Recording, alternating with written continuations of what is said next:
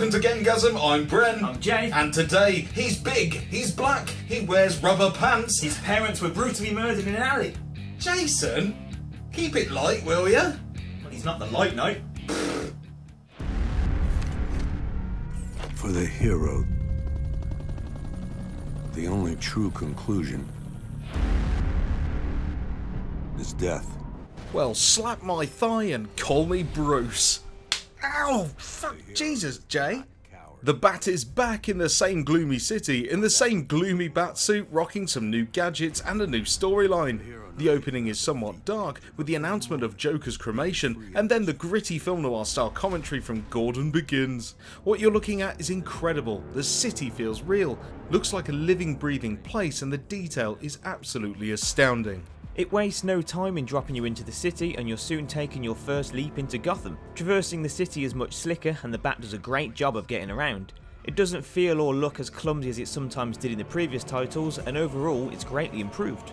Combat, Bat, is the same as it's always been. Beat up a group of thugs, get treated to a slow-mo finisher, punching, countering, and generally being the Batman you know and love. Batman is very much allergic to bullets though, and thugs with guns should be avoided like dark alleys with your parents. Oh, bit harsh. Pretty sure he's over it by now, right? Luring bad dudes away from their thug chums is a surefire way to get some stealth kills. And the usual, shit I've been spotted, retreat to gargoyle is still very much the order of the day. With Batman's new suit you can perform fear takedowns, getting close to a group of enemies and you can tear your way through them like a knife through butter. It's super cool too. Adding in the ability to use the environment for takedowns, and now the Batmobile can assist too, it can make for very interesting battles. The Batmobile does fully transform into a badass tank too, leading to many uses and street battles with other vehicles. Is the combat good? Well, it's nothing new, as in it feels like a Battlefield vehicle section and a lot of the super cool stuff is done automatically. It feels good to drive though, simple to control with the white GPS line to tell you where to go, and with a quick pull of the left trigger you engage tank mode. The Batmobile does have some cool weapon features. When you hit targets your meter builds up and you get different missile barrage levels. Once loaded up you can unleash a barrage of missiles. If you take damage however, your meter will deplete. Environmental damage is also impressive. It's environmental. Really?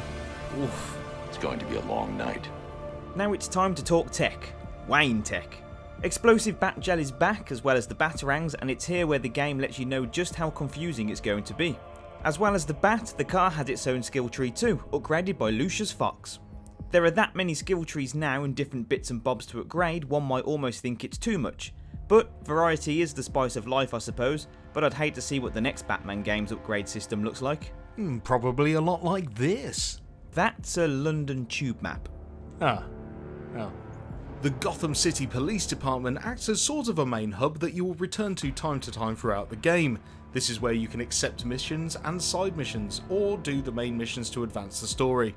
The story does feel somewhat linear with large world traversal. There's not really much to distract you from the main missions and the vast majority of side quests, and it's after the main story that you'll go around mopping everything up.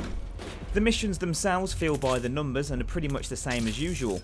The Batmobile segments are the biggest addition, and after experiencing it I can say that I never really missed it in the other games. It's an element that is initially cool but then quickly becomes so-so. These strafing tank battles happen a lot and become very dull. To sum it up, it looks beautiful, it's big and there's not much to it. No, there's a lot to it. There's so much polish on the small bits that you see in between gameplay. All the animation work is astounding, the voice acting and motion capture is incredible, but that's always been a given.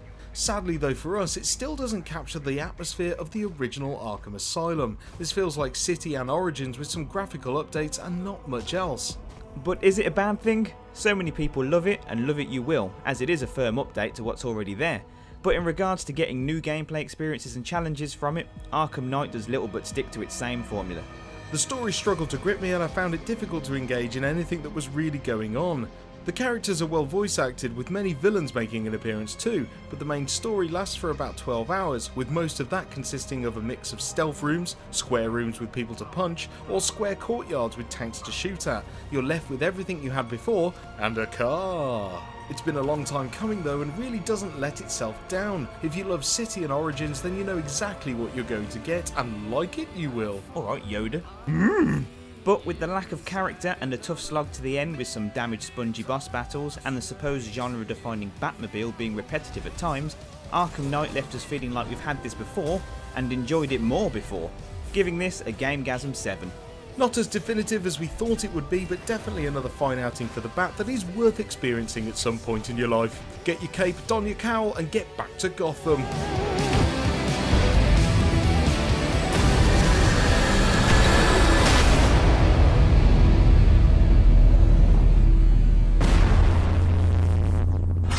There you go with Arkham Knight. So we'd love to hear your thoughts about it, so leave them in the comments below. Absolutely, and don't forget to click the like button and also subscribe, and if you do, you'll get to keep up to date with all of the awesome gaming news from GameGazm TV.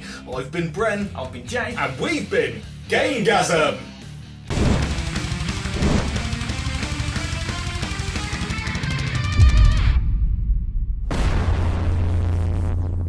You broke my wrist for nothing!